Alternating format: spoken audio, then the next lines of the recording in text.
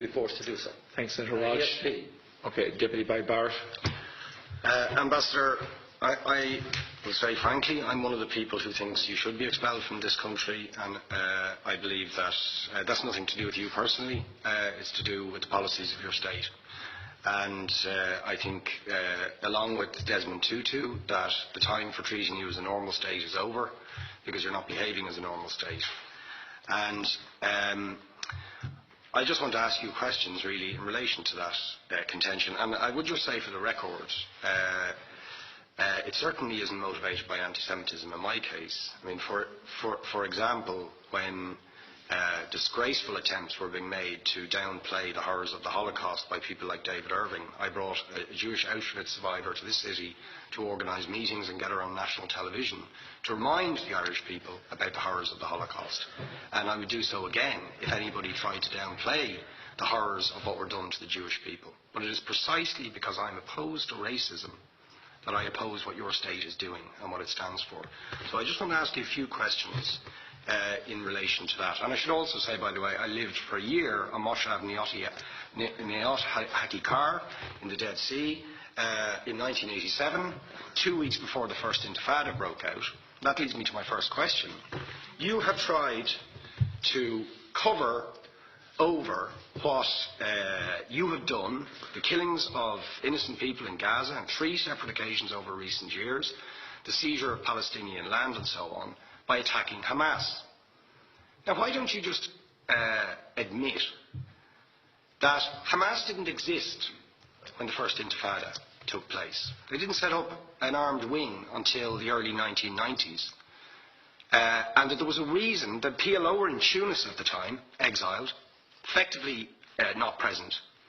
But the ordinary Palestinians rose up because you denied them basic rights. I lived there. It was apartheid. It was racism. It was endemic. It was rotten. Absolutely, I was shocked within weeks of living there to see how you treated Palestinian people. And isn't it the fact that the law of return, which is the basic law of the Israeli state, is a racist apartheid law because it confers rights on Jews that it denies to Palestinians?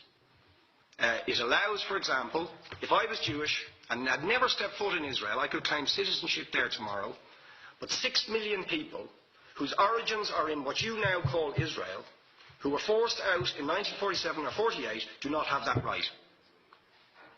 Isn't that part of the reason why the Palestinians are in dispute with Israelis? Because you deny them the right to return to their homes and to their land and to their villages, and that they have a legitimate claim, even under international law, to return, but you deny them that right. Why do you deny them that right? And why do you give that right to other people who have no connection whatsoever with the land, whether you call it Israel or whether you call it Palestine? Why do you continue to seize land, if you're serious about Oslo and the two-state solution? Why do you continue to seize land, which under that agreement is land designated to be Palestinian land? 500,000 people, most of which has taken place since Oslo. You allow that to happen. Why do you allow it to happen if you're serious about giving this land to the Palestinians? It's absolutely extraordinary.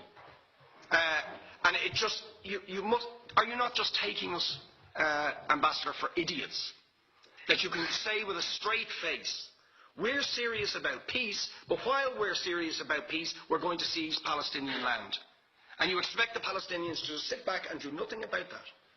And the world to accept that that is an acceptable way to behave. And you asked earlier on, could we have some constructive solutions? Now you know what the Palestinian people have been asking for. Far less even than some people would ask for. Because I believe the whole apartheid system should be dismantled. But what they've asked for is to lift the siege of Gaza. Just to lift the siege of Gaza. Let them have an airport. Let them have ports. Let them not be dictated to by a government for whom they do not vote as to what can go in and out of their territories, whether they will have power, whether they will have clean water, whether they will have medicine. What makes you think you're allowed to have nuclear weapons and the 4th biggest army in the world and visit destruction on the people of Gaza, but they have no right defend themselves. They have no territorial sovereignty over that land. Would you ask questions, please? How do you justify that? Yeah. All right. How do you justify those double standards? And very lastly, Ambassador,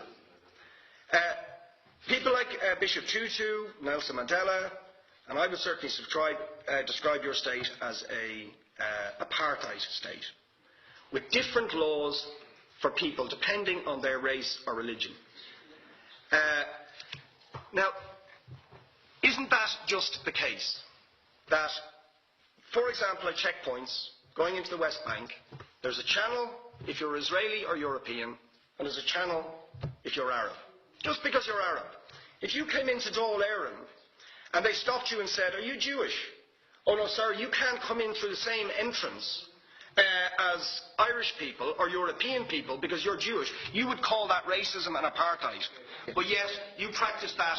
You practice that with your checkpoints and your military barriers and your apartheid wall. How can you justify that? All right, thank you.